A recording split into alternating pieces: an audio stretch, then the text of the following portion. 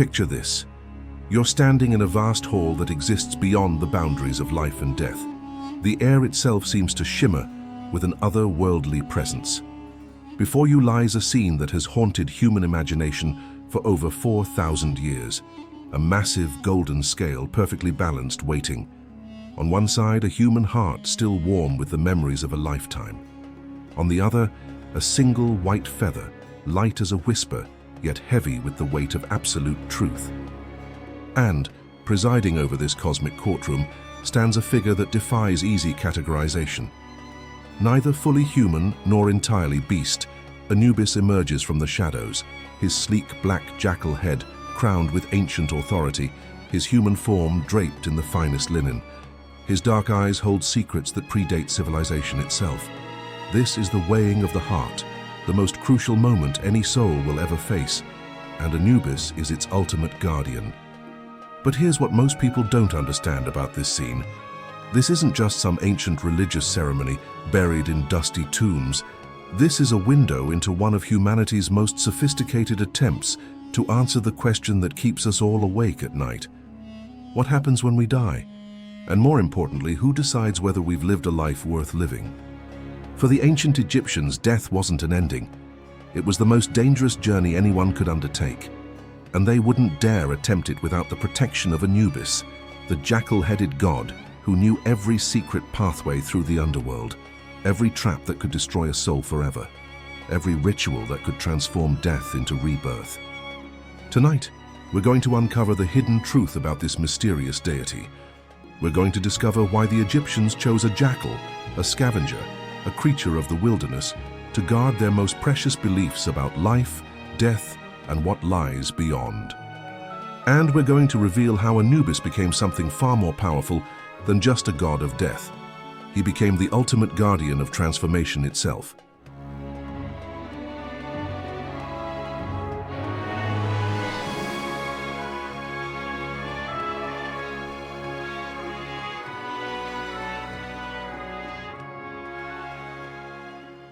Long before the pyramids pierced the desert sky, before pharaohs claimed divine blood, the people of the Nile Valley were intimately familiar with death. And death, in the harsh reality of ancient Egypt, had a very specific face, the sleek, intelligent jackal prowling the edges of their settlements drawn by the scent of mortality. These weren't the noble lions of royal symbolism or the sacred cats of household worship. Jackals were different. They appeared at the boundary between the world of the living and the domain of the dead, slipping through shadows, neither fully wild nor completely tamed. They were creatures of the threshold, and the ancient Egyptians recognized something profound in this behavior. You see, the Egyptians didn't choose Anubis despite his jackal nature. They chose him because of it. In a culture that saw deep meaning in every aspect of the natural world, the jackal represented something crucial, the ability to navigate dangerous boundaries. These animals could survive in the desert wilderness where humans perished, yet they were drawn to human settlements.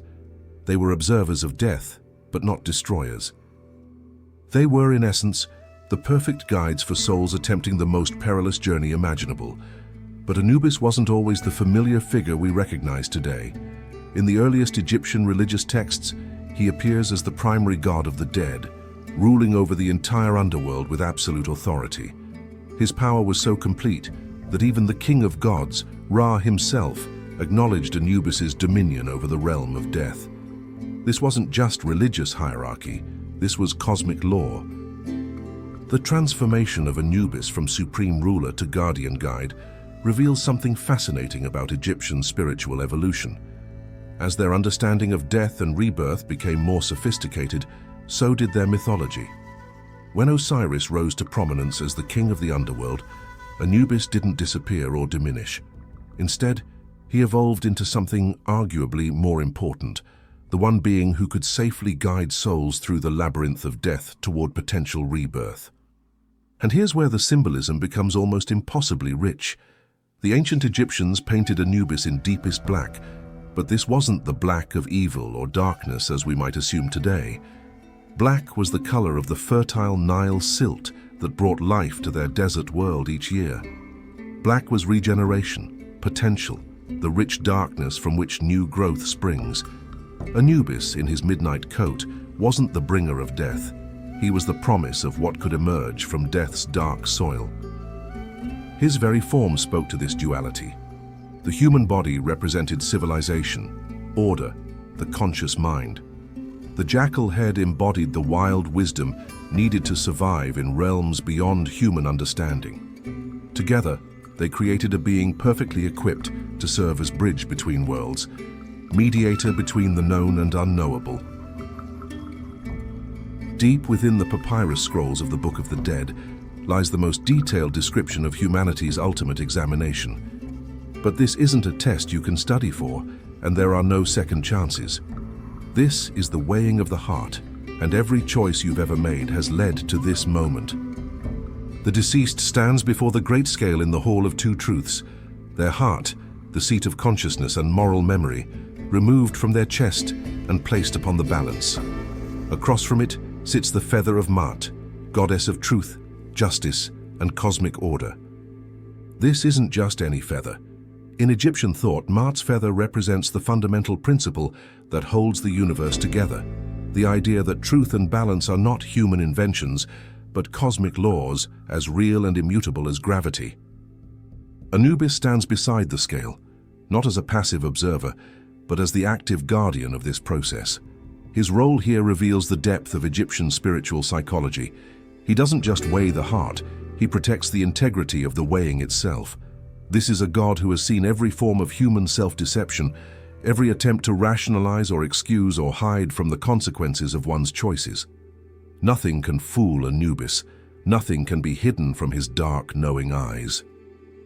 But here's what makes this scene truly revolutionary for its time. The heart being weighed isn't judged against the standards of any earthly king or human authority. It's measured against Maat, against the cosmic principle of truth itself. The Egyptians built their entire understanding of ethics on the idea that there are moral laws as real and unchanging as the laws that govern the stars. And Anubis is the enforcer of these cosmic statutes. If the heart proves heavier than the feather, weighed down by lies, cruelty, and injustice, it's devoured by Ammit, a creature with the head of a crocodile, the torso of a lion, and the hindquarters of a hippopotamus. This is true death, not just the end of life, but the complete annihilation of the soul. No afterlife, no second chances, no mercy, just nothing. But if the heart balances perfectly with the feather, if a lifetime of choices has created a soul light enough to match truth itself, then Anubis performs perhaps his greatest service. He leads the vindicated soul to Osiris, where a new form of existence begins.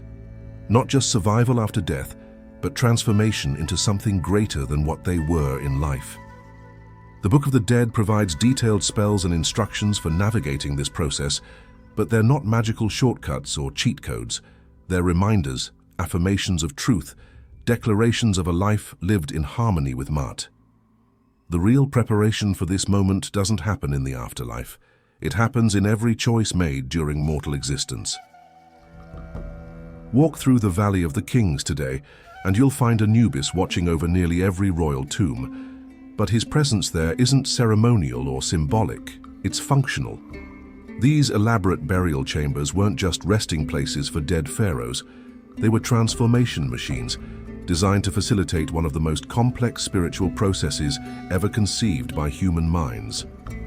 The mummification process itself was understood as a sacred collaboration between human skill and divine power, with Anubis as the invisible supervisor of every step. The 70-day preservation ritual wasn't just about preventing decay, it was about preparing the body to serve as a vessel for the soul's return. Every organ carefully removed and preserved, every layer of resin and linen applied with ritual precision, every amulet placed according to ancient formulas that promised protection in the dangerous journey ahead. But Anubis's role extended far beyond the physical preparation of the dead. He was the guardian of the tomb itself, the divine security system that protected the deceased from the very real dangers that awaited in the underworld. Tomb robbers weren't just stealing gold and precious objects. They were sabotaging a soul's chances of successful resurrection, and Anubis, in his role as protector, was said to pursue such violators with relentless fury. The famous opening of the mouth ceremony reveals another dimension of Anubis's guardianship. This wasn't just ritual theater. It was understood as the moment when the preserved body was reconnected to its spiritual essence, when the dead person regained the ability to speak, eat, and function in the afterlife. Anubis oversaw this delicate operation, ensuring that the reunion of body and soul proceeded according to cosmic law. Here we encounter one of the most profound aspects of Egyptian spiritual technology: the understanding that death is not the opposite of life, but a different state of being that requires its own set of skills, protections, and guides. Anubis wasn't just helping people die well, he was teaching them how to exist in an entirely different mode of reality. This is where the Egyptians demonstrated their remarkable psychological sophistication. They recognized that transformation, whether from life to death or from ignorance to wisdom, is always dangerous. It requires letting go of familiar patterns, comfortable illusions, the protective barriers we build around our sense of self, and they understood that no one should attempt such a journey alone. Anubis, in this context, becomes something far more universal than just an Egyptian deity. He represents the archetype of the wise guide who knows the territory of transformation because he has walked those paths countless times. He is the one who can be trusted when everything familiar falls away, when the maps of ordinary consciousness no longer apply. Step back from the specific imagery of jackal heads and golden scales, and something remarkable emerges. Anubis belongs to a family of divine beings that appears in virtually every culture that has ever contemplated the mystery of death and transformation. The Greeks had Hermes guiding souls across the river Styx. The Norse had Odin's ravens carrying messages between the world of the living and the realm of the dead. Shamanic traditions worldwide speak of spirit guides who can navigate the dangerous territories of altered consciousness. These figures, known as psychopomps, literally soul guides, represent something that transcends any single religious tradition. They embody humanity's recognition that the territories beyond ordinary consciousness are too dangerous to navigate alone, too complex to understand without guidance from beings who have mastered those realms. But Anubis offers something unique among these guides. While many psychopomps simply transport souls from one realm to another, Anubis actively protects the integrity of the transformation process itself. He doesn't just lead souls through death, he ensures that the journey serves its true purpose: the evolution from one form of existence to a higher one. Carl Jung, the great explorer of the human psyche, would have recognized Anubis immediately as a manifestation of what he called the wise old man archetype, the inner guide that appears when we're facing our deepest transformations. In Jungian terms, Anubis represents the part of consciousness that knows how to navigate the dangerous passages of psychological death and rebirth. This is why Anubis appears not just in death scenes, but in any Egyptian art depicting major transitions. Royal coronations, religious initiations, the movement from one phase of life to another. Wherever the Egyptians recognized that transformation was occurring, there Anubis stands guard, ensuring that the change serves growth rather than destruction. The jackal-headed god embodies a profound truth about the nature of conscious evolution. We cannot transform ourselves by ourselves. We need guides who have mastered the territories we're attempting to enter. We need protectors who understand both what we're leaving behind and what we're moving toward. We need witnesses who can hold steady while everything we thought we knew about ourselves dissolves and reforms. In our modern world, where ancient gods seem like quaint mythology and scientific materialism promises to explain everything, what possible relevance could a jackal-headed deity have? The answer lies not in the specific imagery of Egyptian religion, but in the eternal human questions that Anubis was created to address. The weighing of the heart isn't really about what happens after death. It's about what happens while we're living.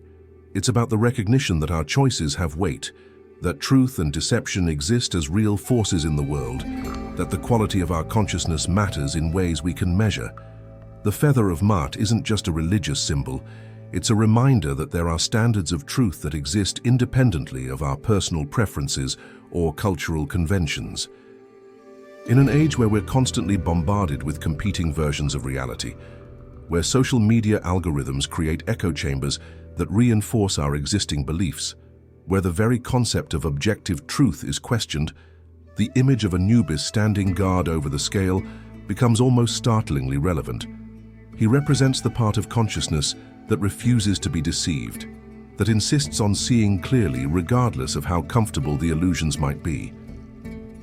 The ancient Egyptians understood something that we're still struggling to grasp, that consciousness is not just something that happens to us, but something we actively participate in shaping. Every choice we make, every truth we acknowledge or deny, every act of courage or cowardice literally changes the quality of our awareness. The heart that will eventually be weighed against the feather of Ma'at is being shaped right now, in this moment, by how honestly we're willing to face ourselves. Anubis, in his role as guardian of this process, reminds us that transformation is always available, but it's never automatic. It requires guides who know the territory, protection from forces that would derail the process, and most importantly, the courage to face the truth about who we are and who we're becoming. The black jackal watching over the golden scale isn't just an ancient Egyptian fantasy. He's an eternal reminder that consciousness itself has its own geography, its own laws, its own guardians, and that the journey from ignorance to wisdom, from fear to love, from death to rebirth, is not just possible but inevitable, if we're willing to trust the guides who know the way. As we reach the end of our journey into the hidden world of Anubis, one truth becomes undeniably clear. The ancient Egyptians weren't just creating religious stories or mythological entertainment. They were mapping the deepest territories of human consciousness, charting the geography of transformation itself. Anubis emerges not just as a god of death, but as something far more profound, the eternal guardian of every threshold we must cross in our evolution as conscious beings. From the moment of birth, through every major transition of life, to the final mystery of death and what lies beyond, he represents the wise presence that ensures transformation serves growth rather than destruction. The genius of the Egyptian vision lies in their recognition that these transitions are too important and too dangerous to navigate alone. They understood that consciousness itself has its own ecology, populated by forces that can either support or sabotage our development, and they created in Anubis a figure who embodies the protective wisdom we need to journey safely through the territories of change. Standing in his black magnificence beside the golden scale, Anubis doesn't just judge the dead. He guards the integrity of every moment when truth and deception hang in the balance. He represents the part of awareness that cannot be fooled by our elaborate self-justifications, that sees through our comfortable lies, that holds us accountable to the deepest laws of consciousness itself. The feather of Ma'at may seem impossibly light, but the Egyptians knew something we're still learning. That truth itself is the lightest thing in the universe. It's our resistance to truth, our attachment to illusions, our refusal to see clearly that weighs down the heart and makes transformation impossible. But here's the most beautiful part of the Anubis mysteries. He's not standing there as our enemy or our judge, but as our protector and guide. He wants the heart to balance with the feather. He wants the soul to pass through death into rebirth. He wants consciousness to evolve, grow, transform into something greater than it was before. His fierce guardianship of the process is motivated not by punishment, but by love. The kind of love that refuses to let us settle for less than our highest potential. The ancient Egyptians created in Anubis a figure that transcends any single culture or time period. He belongs to that eternal company of guides and guardians who appear whenever human consciousness is ready for its next level of development. And perhaps in our current moment of global transition and spiritual awakening, we need his protective presence more than ever. The mysteries of Anubis remind us that we are not alone in our journey toward truth, toward authenticity, toward the full realization of who we really are. There are guides who know the way. There are guardians who protect the process. There are eternal principles that ensure transformation serves the highest good. The jackal-headed god still watches over the scale where truth and deception are weighed. The question isn't whether he's real. The question is whether we're ready to trust his guidance as we face our own deepest transformations. But this is only the beginning of our journey through the secrets of Egyptian mythology. For even as Anubis guarded the traditional ways of death and rebirth, forces were stirring in ancient Egypt that would challenge the very foundations of these eternal mysteries. What happens when a pharaoh declares that the sun itself, raw, undiluted solar power, is the only divine force worthy of worship? What occurs when thousands of years of accumulated spiritual wisdom are suddenly swept aside in favor of a radical new vision of reality? Next time, we'll uncover the shocking story of AKHENATEN's revolution and the mysterious cult of Aten, a spiritual earthquake that nearly destroyed Egyptian civilization forever and whose effects continue to ripple through history to this very day. The guardians of tradition like Anubis would soon face their greatest test, a revolution that changed Egypt forever. If you enjoyed this Egyptian journey, like, share, and subscribe. I'll see you in the next episode, AKHENATEN and the Cult of Aten. This is Beyond Mythology.